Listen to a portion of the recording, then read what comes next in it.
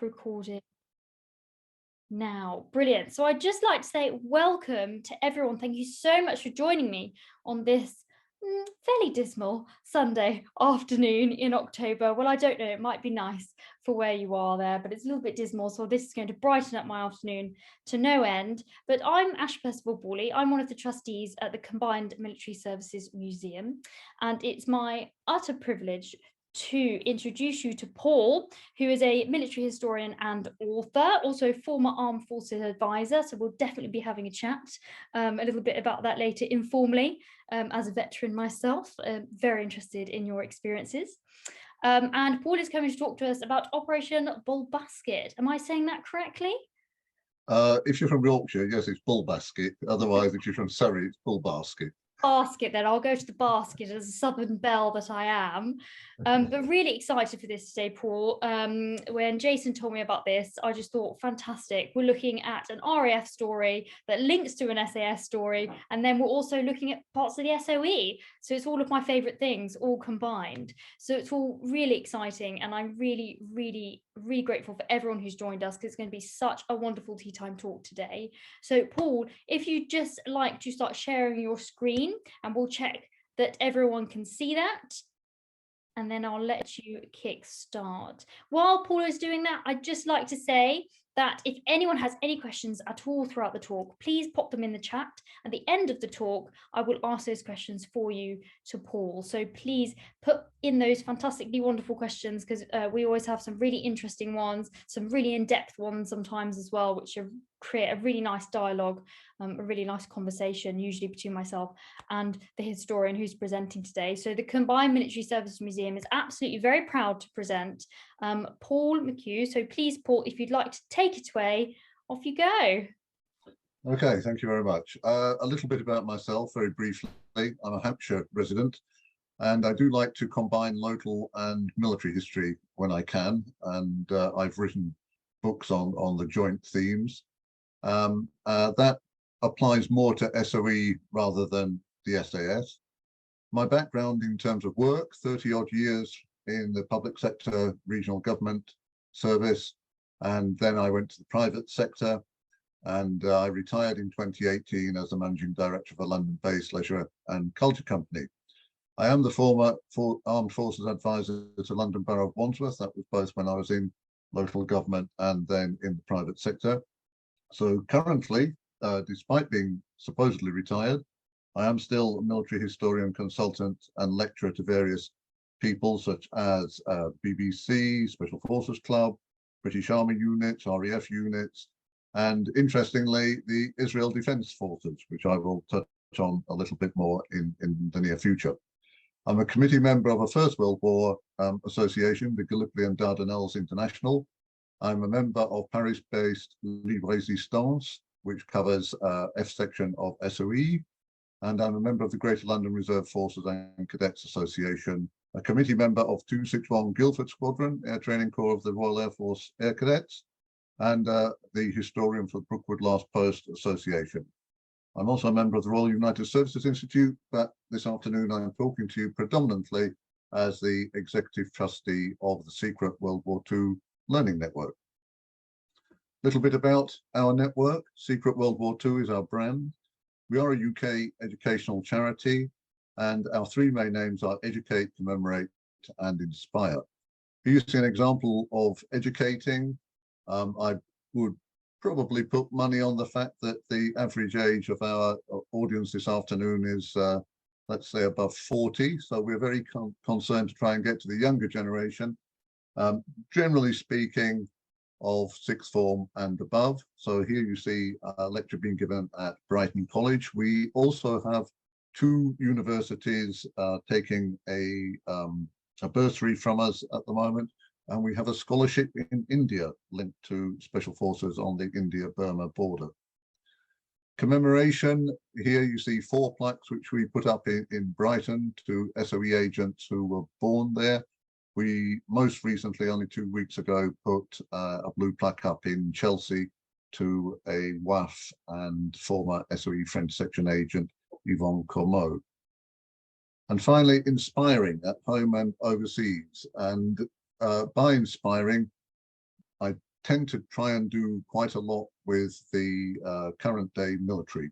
So that extends to cadet forces, again, the younger generations. On the left-hand side, you will see cadets at an aerodrome where we unveiled a plaque over on the left-hand side. On the right-hand side at the top, a series of talks given to RAF personnel at RAF Odium.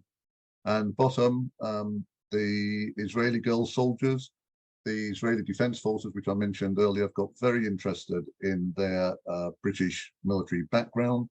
So SAS, SBS, Special Boat Squadron, not service, SOE, all of those organizations have quite a bit of history and training background in what is now Israel and was then the Mandate of Palestine.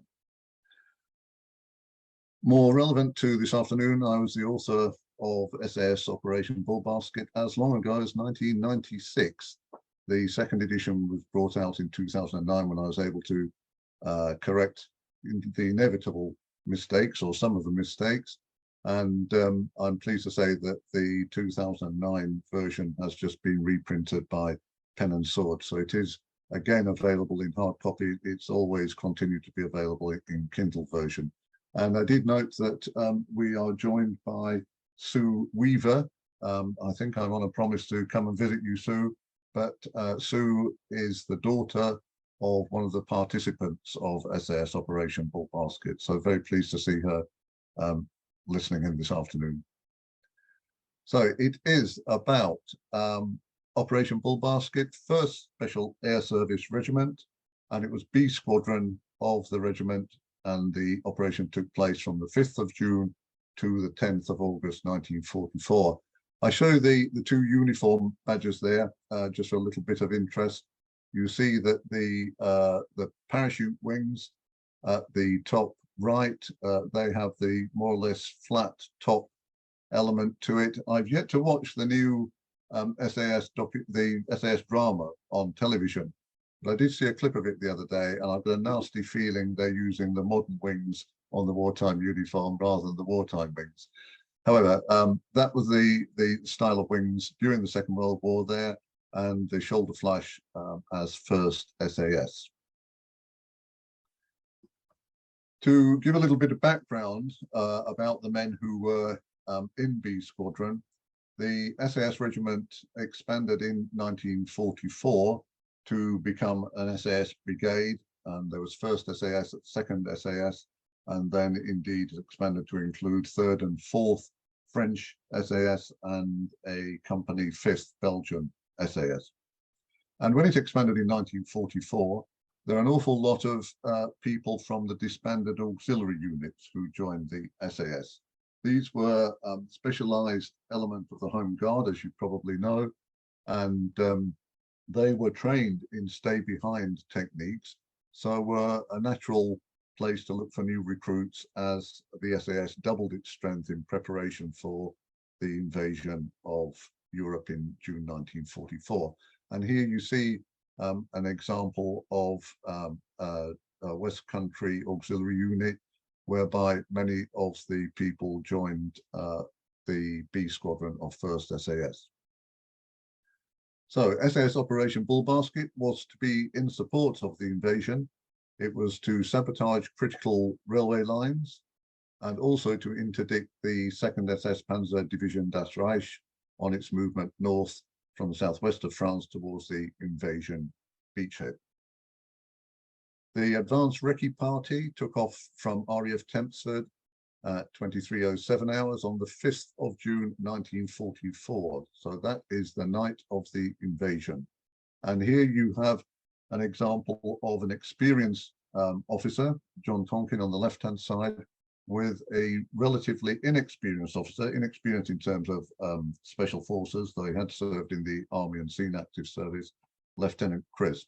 And indeed, that's a model that the B Squadron followed in terms of bringing the new people as the brigade had doubled in size, and they tried to buddy up with one experienced person and one less experienced person. The message was sent out via the BBC for a reception by SOE, And the SOE reception was organized by the shipwright circuit of Major Amédée Mengar of French section SOE. His code name was Shipwright and his field name was Samuel, or generally speaking, Sam. And indeed, as a spin-off from SAS Operation Bulbasket, I was contacted by his family, who came from Mauritius, and I then wrote the biography of Amédée Mengar. The drop zone for Tonkin and Crisp was a DZ called l'Echelle, which was 5 kilometers northwest of Saint-Gaultier in the Ain department of France. So there you see it roughly in the center of France. And that was the view from the air on the night of 5th, 6th of June. And Tonkin and Crisp were able to look out of the aircraft. Their attention was drawn by the aircrew, and they actually saw the invasion fleet heading for the French shores.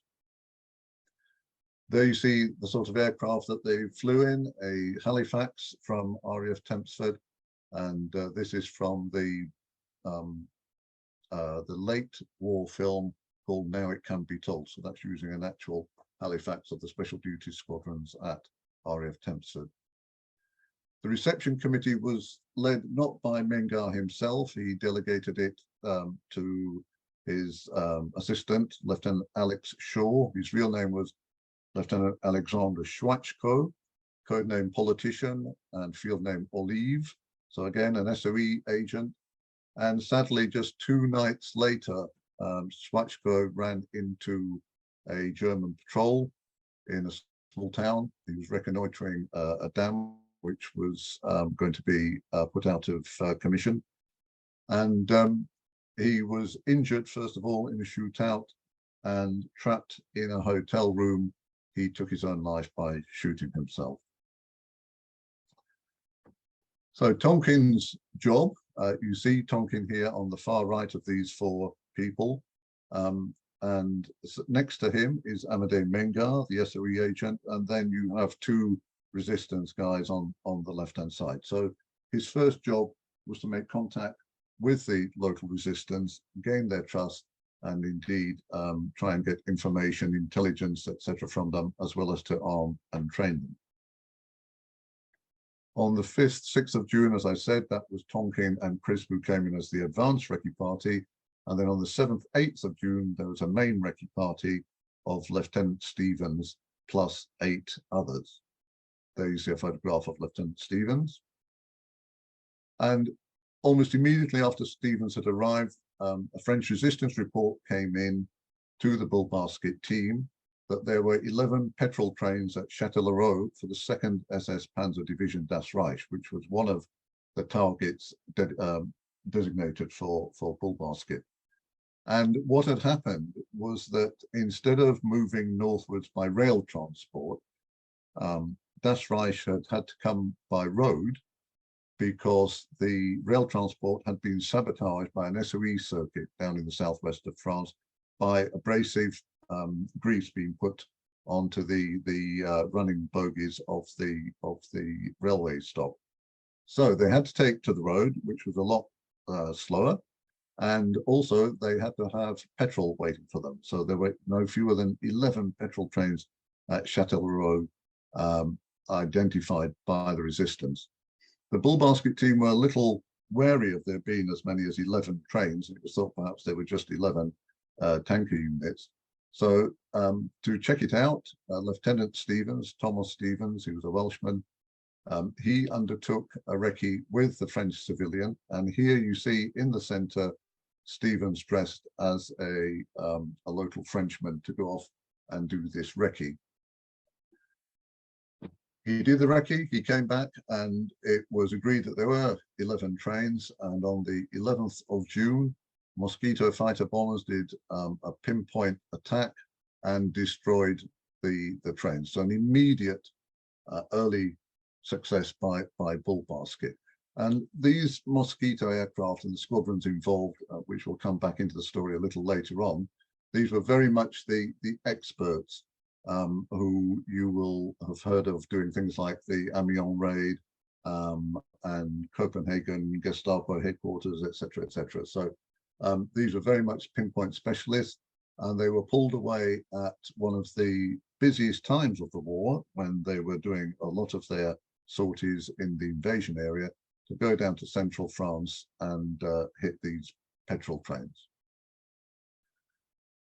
On the 10th, 11th of June, in a departure from what Tonkin was expecting, there were 4 railway parties who were dropped on the railway lines, which were the targets. So instead of them dropping into Tonkin, they dropped 4 parties of 2 or 3 troopers, usually with 1 NCO, nearer to the railway lines.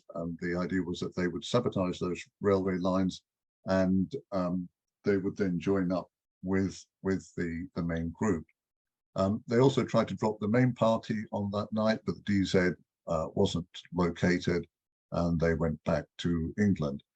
Of the 4 lot railway parties, as they landed, one of the troopers was captured on landing and made a prisoner of war.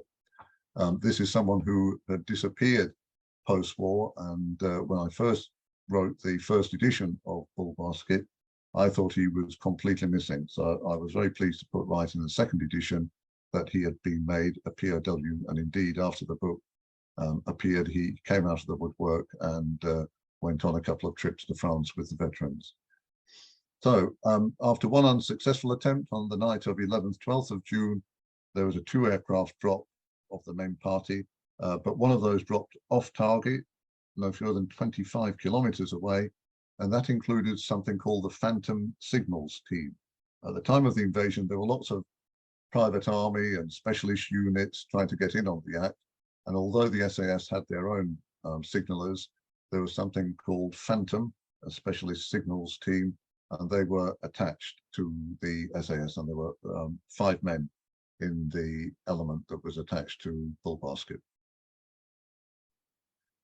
On the 17th, 18th of June, there was a 5 aircraft drop of 4 jeeps and the personnel to go with them, Sergeant Heavens and 2 troopers, and also a medic, Corporal Allen of the Royal Army Medical Corps.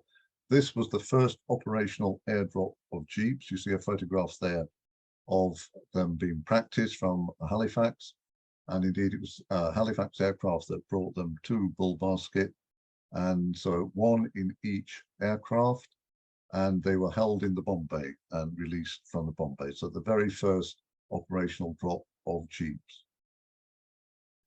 Here you see a photograph, an early camp at La Jarrerie farm, and you can see from the expressions and the pose that they're having a good time. It's lovely weather on that particular day.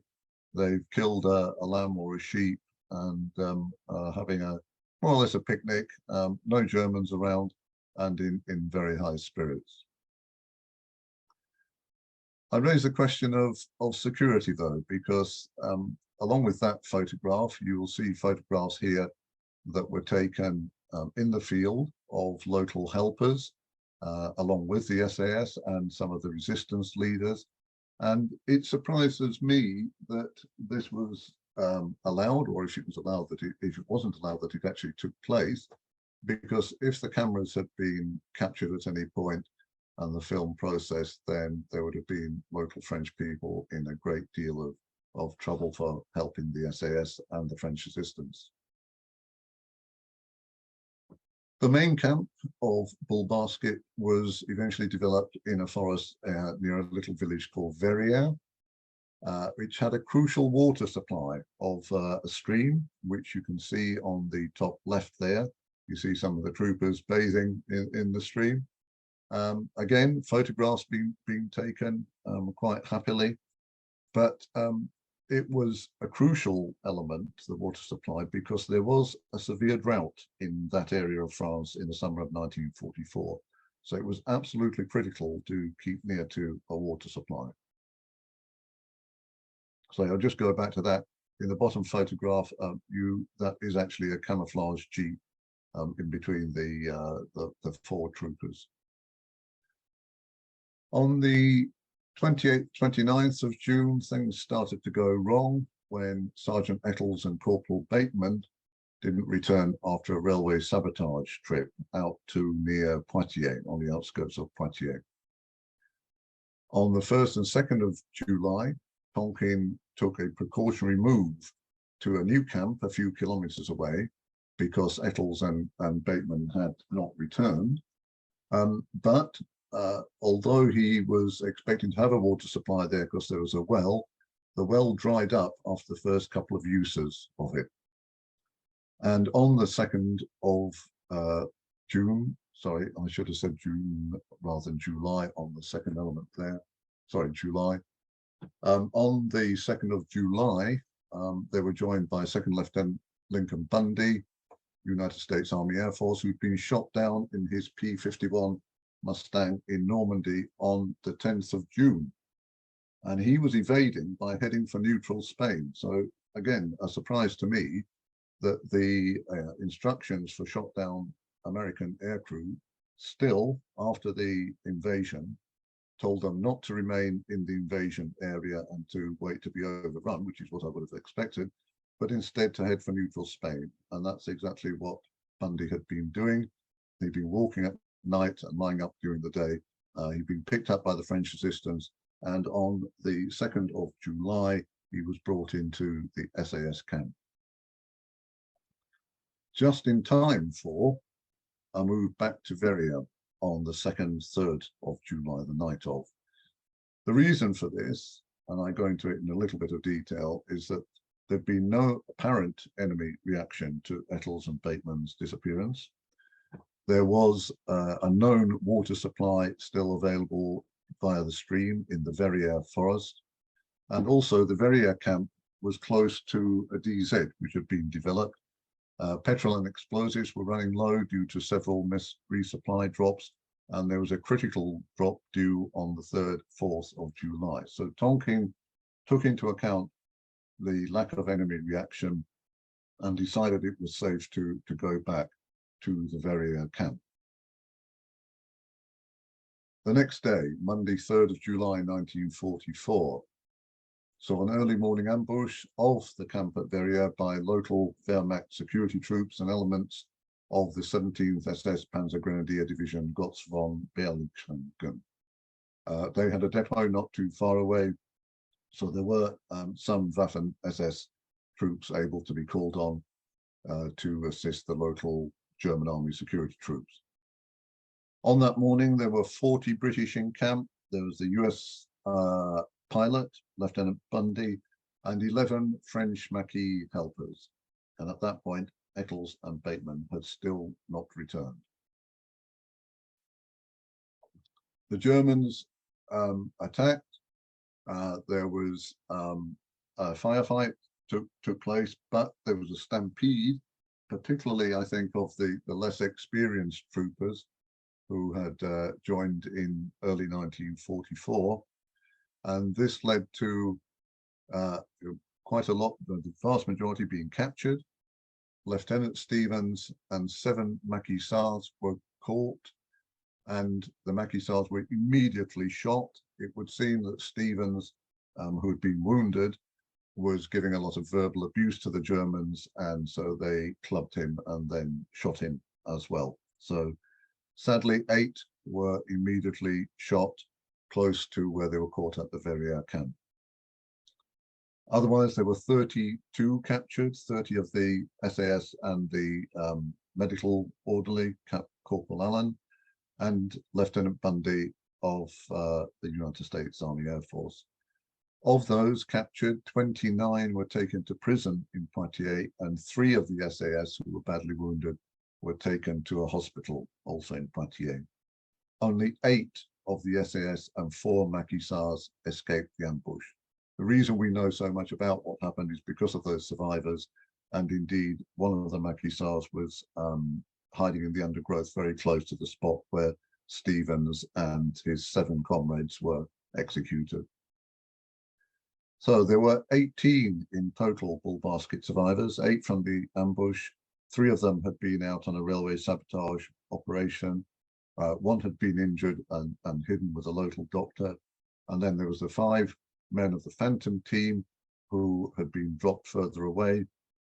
And there was 1 captured in the Lot railway sabotage parties and had been made prisoner of war. There you see a photograph. The French were inclined to take photographs of bodies, so we do have this photograph of some of the maquis who were shot on the spot after capture.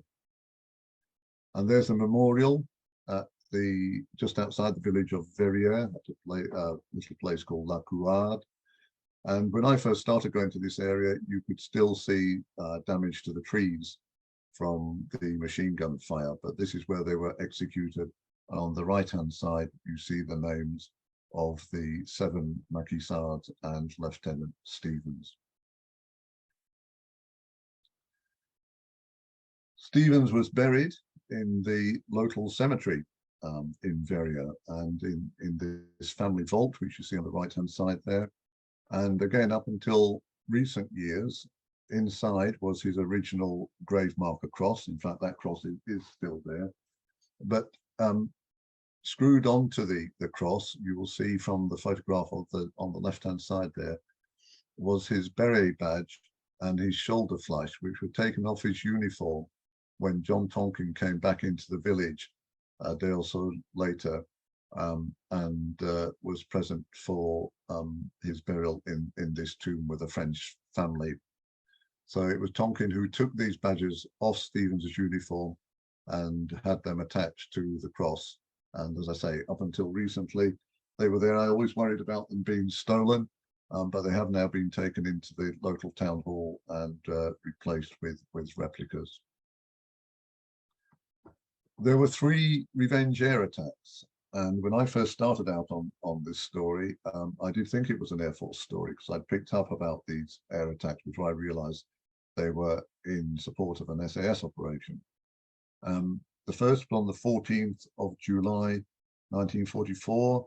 And again, mosquito pinpoint specialists were involved, mosquito attack on the depot of the Waffen SS at a village called Bonnet-Mathieu. And on the right-hand side at the top, you see that the French have put a plaque up to it.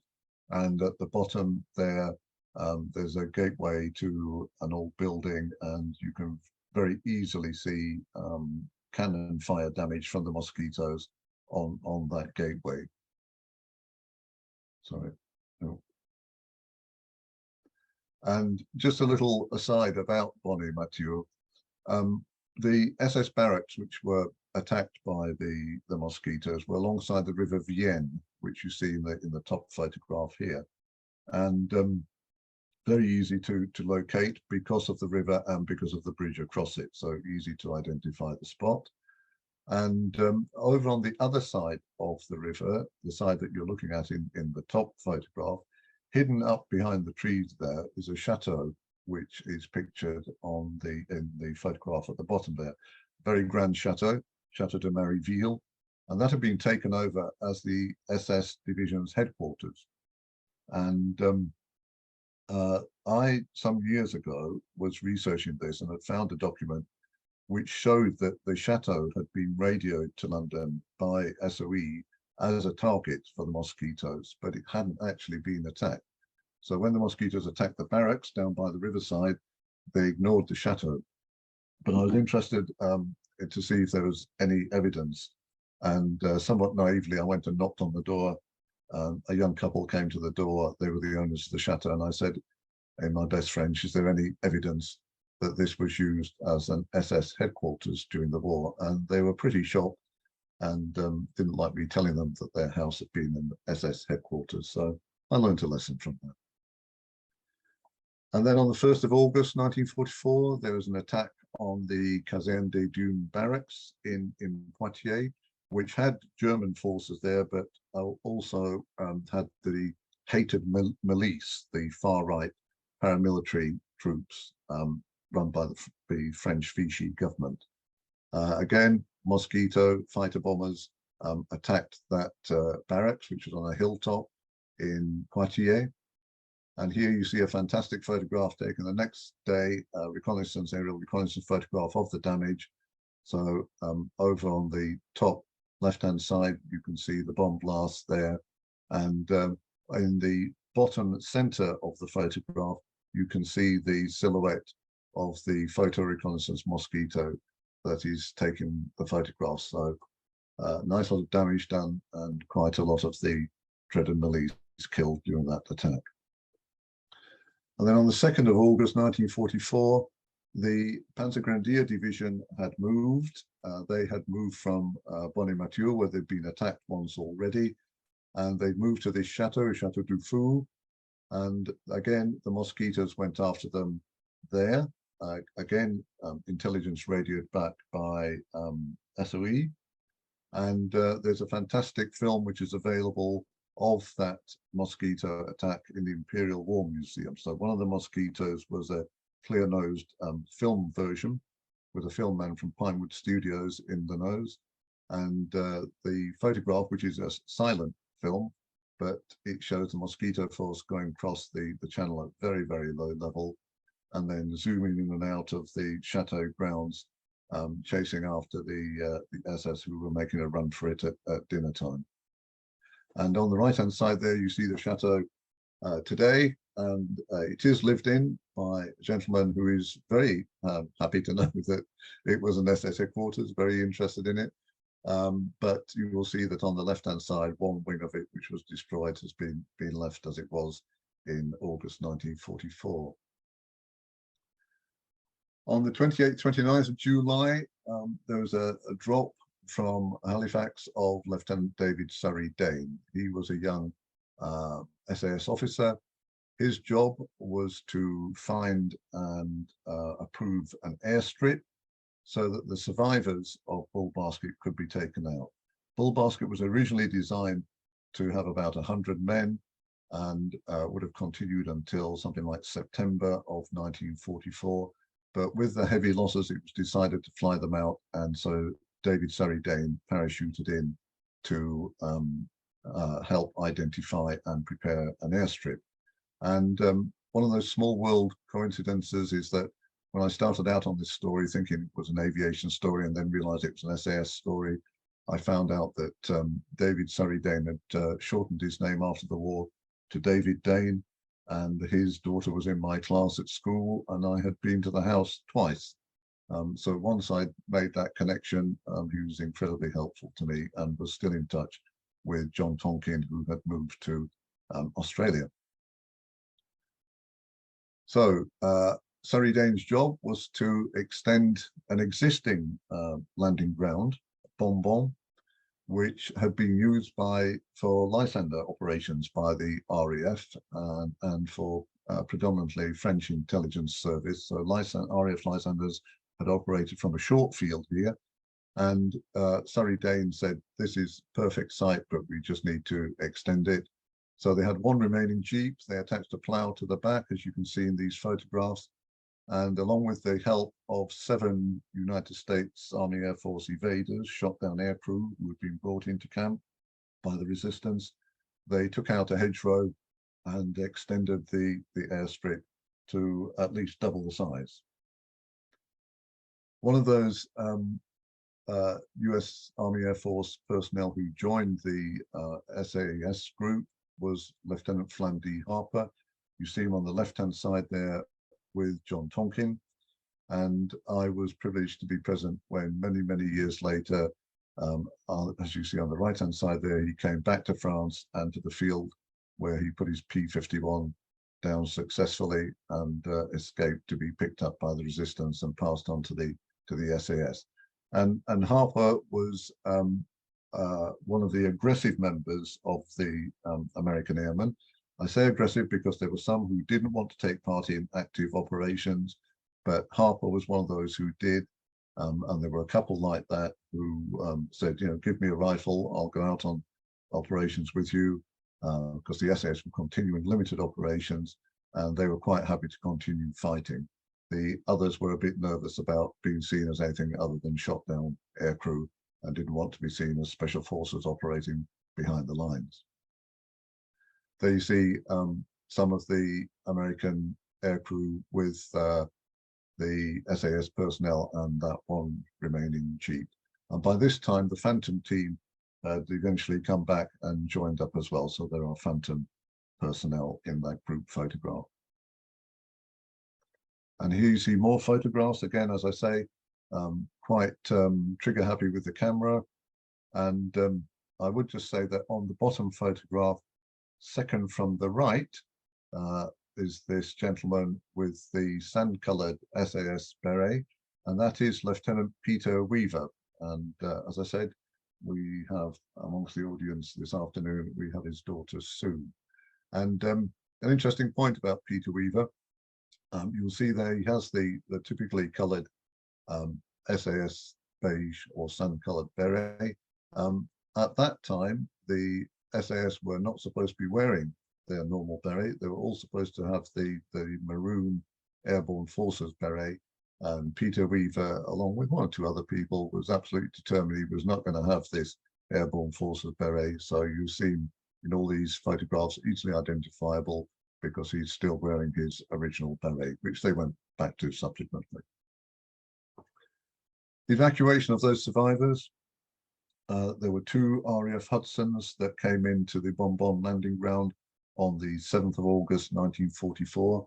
There again you see a film, a shot still from the film, Now It Can Be Told, from late 1944, early 1945. So again, that is a proper Hudson of 161 Squadron from RAF Tensor landing in a field. And then on the 10th of August, a US Army Air Force C-47, the Dakota, came in and took out the remaining personnel of Surrey Dane and 2 Phantom signalers who had stayed behind. And they brought in a French SAS team of SAS Operation Moses, which was 3rd French SAS. Again, they brought a photographer with them. So you see this time-lapse photo of the C-47 on the field in France on the landing ground Bonbon. And here you see the French leader on the right of SAS Operation Moses shaking hands with Lieutenant Surrey Dane on the left-hand side. So that was the end of Bulbasket, all the survivors back in Britain. And then in December 1944, during a boar hunt, there was the discovery of 3 mass graves in the Saint-Savant forest. So up until December 44, no one knew what had happened to the captured people. And in those 3 mass graves, they found 31 bodies, 29 of the SAS, the Royal Army Medical Corps Corporal Allen, and Lieutenant Bundy, the American pilot. Autopsies were carried out in the forest. Again, on the left there, you see that the French photographically recorded this. And then there was a burial of all the coffins in the local cemetery to the forest. It's a little village called Rom.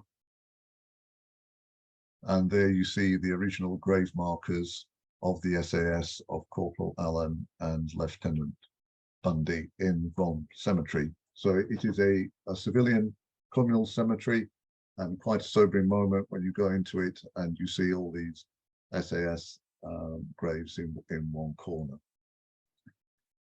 There you see Lieutenant Bundy's grave, very unusual headstone for an American. So it is in the British style, and you'll note, if you can look closely enough, that it says buried in this or the nearby communal grave, Lieutenant Bundy. And it has that wording because in the 1950s, the American authorities actually exhumed the body from Bundy's grave, and it was not Bundy. It was clearly one of the troopers. So at some point, the French in the village prior to the burials had got the bodies mixed up.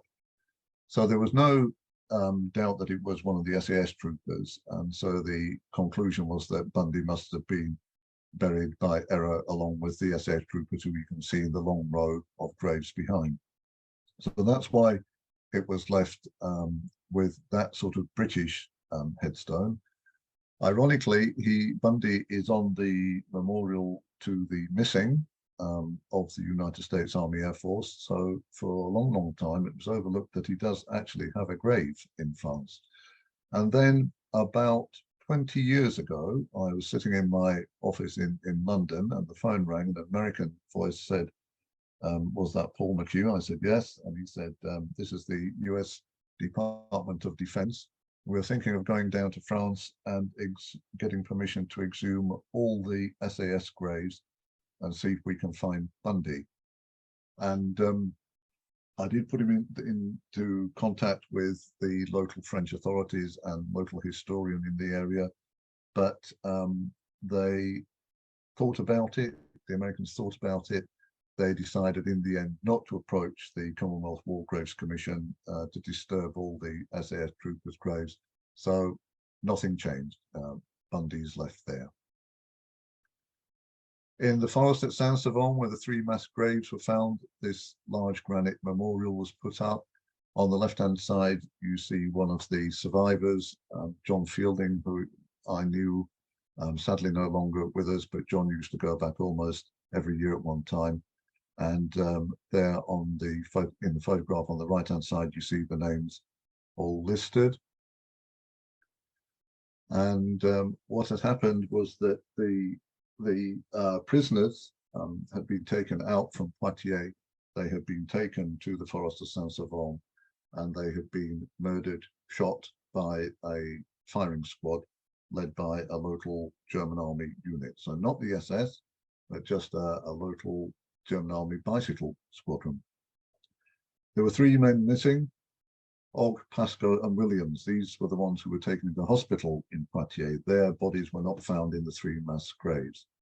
And it was then discovered in war crime trials after the war that they had been murdered by lethal injection administered by a German army doctor on or around the 13th of July, 1944. And they have no known graves. There you see the 3 of them, Og, Pascoe and Williams. They are remembered on the Bayeux Memorial as having no known graves. And in more recent years, the SAS have put this memorial stone into the cemetery, so they are now remembered alongside their compatriots. And there you see a good photograph of the long row of SAS graves and 4 extras there, 5 extras in fact, and one of those extras is Lieutenant Bundy. So as I say, you go into this little cemetery in central France and you get the immediate impression of an awful disaster, and that is still the largest loss of life in one action of the SAS regiment. Because the tally in total was that there had been 55 men dropped in. As I said, it was originally planned to drop around 100 of B Squadron, but the operation was curtailed. And of those 55, 30 had been executed. I use the word executed, but I appreciate that the families of the men involved prefer the word murdered. And indeed, I've used the term there, 3 were murdered by lethal injection in their hospital beds. 1 had been killed at Verrières, that was Lieutenant Stevens. 1 had been made prisoner of war and survived the operation. 1 had been injured and also was hidden and survived the operation. So it was 19 who were air evacuated to England. And of course, Lieutenant Lincoln Bundy was also executed. There's evidence from the war crime trials that Lieutenant Crisp, who was the senior officer among those captured, had tried to argue with the Germans that neither Corporal Allen, the medic, nor Lieutenant Bundy, the American pilot, should be executed because they weren't special forces as such and should not have been subject, Crisp argued, to Hitler's Kommando-Befehl, the commando order under which the executions took place. But the Germans didn't accept that, and so they were all sadly shot. Today is a good area to visit. At one time, it was quite tricky to find these locations, but now there's something called Les Chemins de la Liberté. And there you see a typical sign leading down into the Saint-Savon forest at the top left. And then you get information boards at the various sites giving the different locations and what happened there. So thanks to the book, in 1996, the French picked up on this, some good local historians, and have promoted it. And next year will be the 80th anniversary. So we're expecting something at Rome Cemetery and probably at Verrières as well. The book is there, SAS Operation Bulbasket, if you want to read the detail of it. As I say, that's just been reprinted by Pen and Sword, so it's still available. Thank you very much for listening. I would just mention that our Secret World War II charity, we have an email list. We have a free bi-monthly newsletters and bi-monthly lectures, so we intermix the two. And that, as I say, that is free. We do have a subscribe friends scheme as well, but if you want to sign up for our newsletters and lectures, then please do look at our website, which is listed there. And that's it.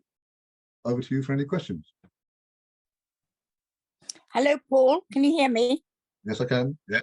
Hello, it's Joanna here. I was the one that couldn't not mute myself at the beginning. I do apologise for that.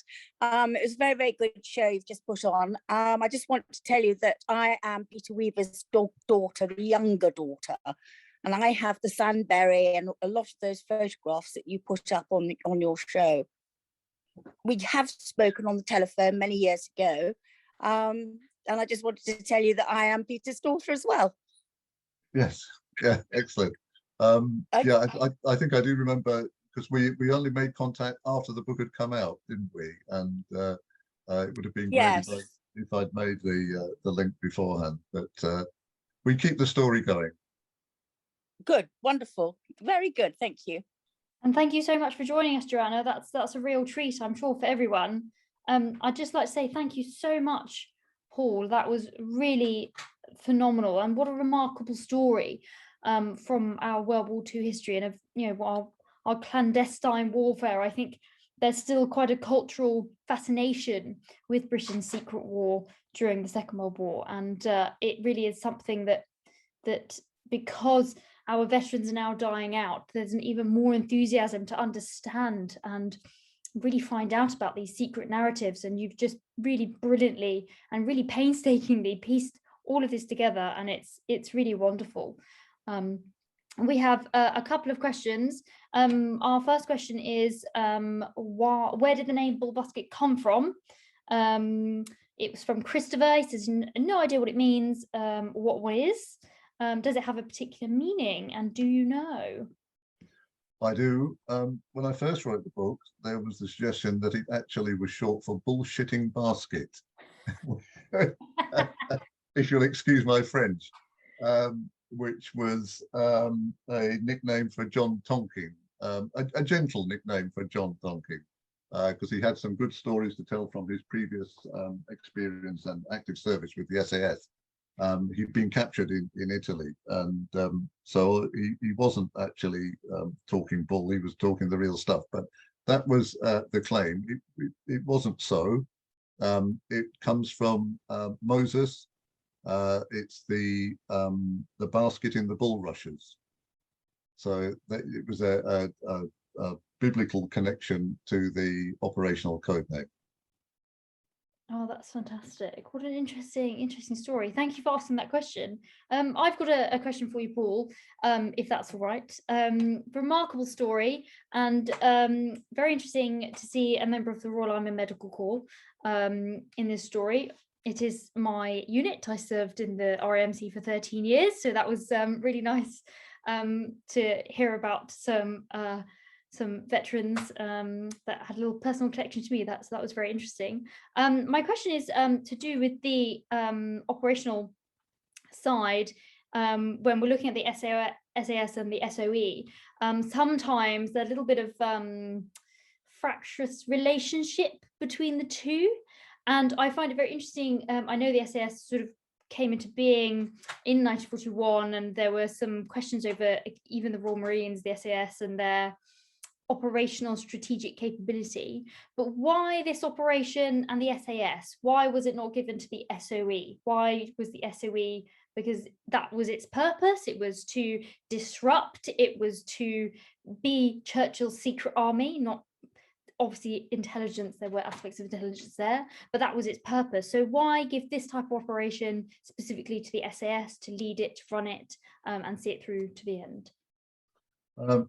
two things I think I'd mention. One is sheer numbers. So SOE did not, although SOE was dropping in Jedburgh teams after D-Day, and indeed there was a Jedburgh team that went in with Bulbasket, and there were others in the area. They were only 3-man teams. The SAS had hundreds and hundreds of people, so they had far more trained people able to drop in behind the lines and create havoc than SOE had recourse to. So I would say that was probably one element, but the other element was simply the impetus of the SAS wanting to be involved, and in particular the commanding officer of 1st SAS Regiment, Paddy Main, who many people will have heard of. He very much wanted to get into action again on the continent, and was a great proponent and pushed the SAS's involvement. So it was a two-way thing. The SAS pushing themselves, creating the SAS brigade, doubling in size. So they had the numbers that were needed to do these sort of operations, and then SOE simply not having that many people to be able to have this effect. But when you look at the what the SOE did, so when you go back to that issue of Das Reich traveling north by road, because the SOE circuit had sabotaged their railway stock, I mean, that's a brilliant example of only a few people working with the French resistance who made a great impact. And I would just say that that little bit of friction that you mentioned there that occasionally happened in Bulbasket and in another SAS operation, which I've just covered this year, Operation Houndsworth, the relationship between the SOE circuits or the Jedburghs and the McCue was generally pretty good. But I did notice a radio message sent back by the SOE Jedburgh team during Bulbasket, and it referred to SAS as sad athletic sacks. So I think SOE saw themselves a bit more cerebral than the SOE.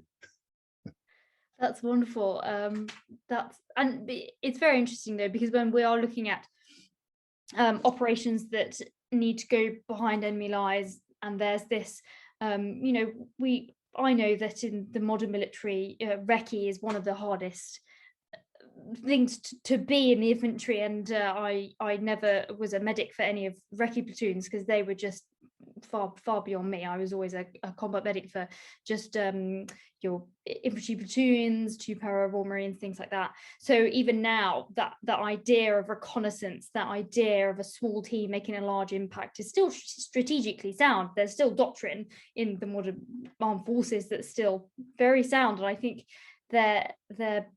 the way they kind of brought these operations to bear against this conventionally superior force, it's really remarkable. And I do find it interesting having that friction between the SAS and the SOE, or the SIS, even the whole intelligence service and the SOE.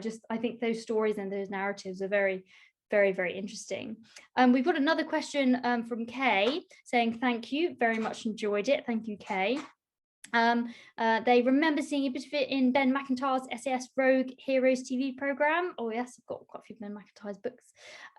So they asked, what happened to the Germans who committed the war crimes? Were they executed or merely imprisoned? Do you know what happened to them? Yep, indeed. It's in the book. Read the book, guys. Read the book. Go get the book. Buy the book. It's in there.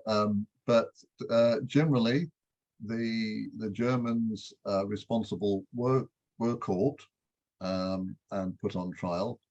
General Gallenkamp was, I think, originally sentenced to death, commuted to life, and then served only 8 years. And there were no judicial executions as a result of Bulbasket. And the people who normally stood trial for this sort of thing were the Sicherheitsdienst, the SS counterintelligence service. And again, it's in the book, but the SD people in Poitiers made sure that they left town and they left it to the German army to carry out the Kommandobefehl, the commando order. So they managed to get away with it absolutely scot-free, because they disappeared immediately after their captures. They knew what was going to happen, and they left it to the German army to do it. Can I just ask how you actually send the message? I've got a message ready to go to everybody. What do I need to press to actually send it? Sorry, So can you say that? hi Evan, are you so to put a message in the chat, you mean? Yeah, I've done that. I've written a message and it's got to everybody, and I'm on that. So how do I actually send it? What's Hit enter, and that should send the message. so where's enter? Enter should be the large button on the right hand side of your keyboard, and it should, if you press it, usually brings you down more. underneath. So it Got has a more. little arrow. It's just the return key, Evan. The return key is another one. Oh, okay. Oh, while you're there, Sue, Sue Weaver, just wow, wonderful to meet you. What do you think about all this? Well, I've been reading up history. all, Bulbasket. I've had the book for some time, and thanks to Evan, there's now a bit of a connect, because I know him, a bit of a connection with Paul, although I haven't spoken to Paul yet, but hello, Paul. Fantastic. Just Yeah, a little bit of context before, Sue is one of the daughters of Peter Weaver. So a little bit of context, as people didn't know. So it's absolutely wonderful to have Sue, to have you here for this talk. See, can I just say, Joanna, of course, she's here. She grew up with my father, our father. He married. Our parents married again, and so I was born in October 44, and when I was about 4, my mother married an RAF chap who flew Halifaxes. I just thought I'd throw that in. Yeah, yeah. But not that particular, but they had, my stepfather and my father had that conversation. In fact, Peter, my father said, you chaps, I'd never have been alive if it wasn't for you guys, which was very nice, because anyway, Joey's here as well, but she lives in Dorset, I live in London. Well, it's very nice to have you both here. Really wonderful. What a wonderful social historical connection to have as well. We got another question from Charles. So he says, without the Phantom team, how were radio communications handled? Did they go through the SOE, the Marquis, or the SAS? The story about the Phantom team is almost a book in itself, because they were, as I say, dropped 25 kilometers off target, and Tonkin kept sending them messages via the resistance to join up, and there was the chap who was the officer in charge of the Phantom team of 5 was a Belgian national originally. He had an assumed name, so he had taken the name, and I'm careful to mention this, he'd taken the name of a brother officer in Phantom, Sadwan, and so he was operating under a false name because he still had family in Belgium. And his nerve went from the very first day, and he kept refusing to join up. And again, it's in the book that many years after the war, John Tonkin went to a reunion in France of French resistance veterans who he'd served with alongside. And one of them mentioned that there was this chap in a Belgian mental institution. And Tonkin and his wife went from Australia to see this chap, and it was Sadwan.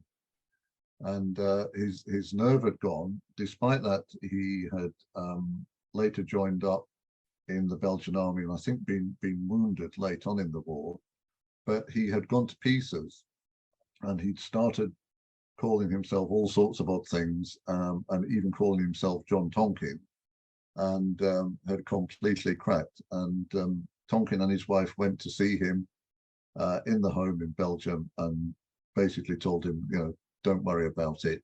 He was still under the stigma of having cracked during the operation.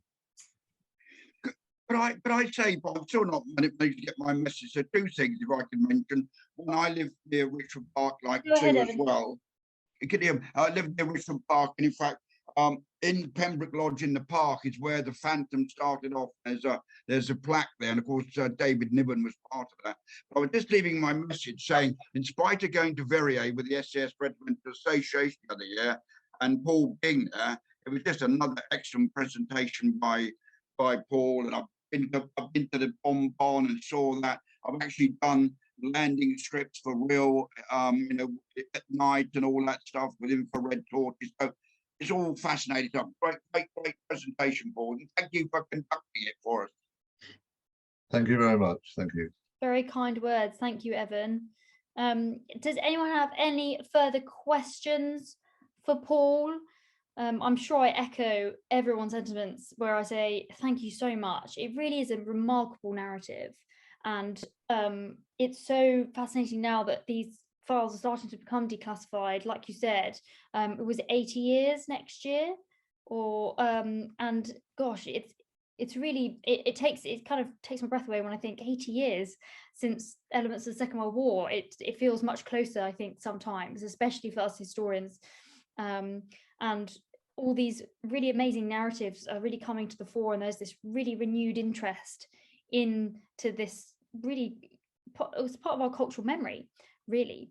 So it's really fascinating, and this story in particular, I love it's intergenerational. I love how it's interoperational. You've got Royal Air Force, that obviously that's what got you interested in it, Paul, and then you see it's an SAS, and then it leads to the Marquis, and then it leads to the SAS, and it shows that interoperational nature needed to fight the very professional conventional army, or the German armed forces. So it's just a fantastic narrative, and I'd just like to say, Paul, your book is now on my Christmas list. My poor mother will be annoyed at how many books I seem to be adding onto my list after I do every tea time talk over these last few months, because it really is absolutely fascinating, and I could really jabber on at you about all the different tactics and things used, because Well, keep jabbering. And I just wanted to say, and I've told Sue this, that I've actually been to the wood of Verrier, and actually been to the spot where her father, and Joanna as well, Verrier actually went out through the cornfield. It's actually in Paul's brilliant book. There is a map of the area, and also the map of Verrier, the forest of Verrier, and it's there. And I've actually been around it, and I'm sitting here, and I'm going goosey thinking about the whole wood, and Sue, Joanna's father, escaping out of that, and also went to the place. I sat there and thought, where would I hide? And a friend of mine, we decided that we would hide under one of the overhangs, which one of the guys actually stayed there for hours, and also to see the wood. Anyway, thank you for that. No, thank you. It's one of the things that stayed with me, because John Tonking said to me that he survived by simply sitting still. And he said he sat still in his camouflage smock, and he said, I put my pale face against a rock that had lichen on it, pale lichen. And he said, I just sat there, and he said, the Germans ran past me. And it's always reminded me that movement is what attracts the attention. And if I'm out walking the dog, I know I can stand still and the dog won't see me. But if I move, she sees me. Shape, shine, shadow, silhouette, and movement is one of the tenets of fieldcraft. But also, you mentioned about, I've got to say this, you mentioned about the thick thorn bush. I was involved in something years ago with testing some security, high security government stuff. And all the alarm bells went off, and I jumped in the middle of a thorn bush and stayed there for about 3 hours. Dogs, armed people there, underground sensors, the whole lot. And I just sat still, hardly breathing, all quiet down, and I just slipped away. So it's a good thing to be. Yes, absolutely. I think it was the 5 S's of camo concealment to teach my recruits, and then it's something I used to shout at them when I used to teach them drill. I said, if you did a drill movement wrong, just stand still. No one will notice. If you move, they'll notice. So yes, absolutely, I do agree with that. But I'd just like to say thank you so much to Paul.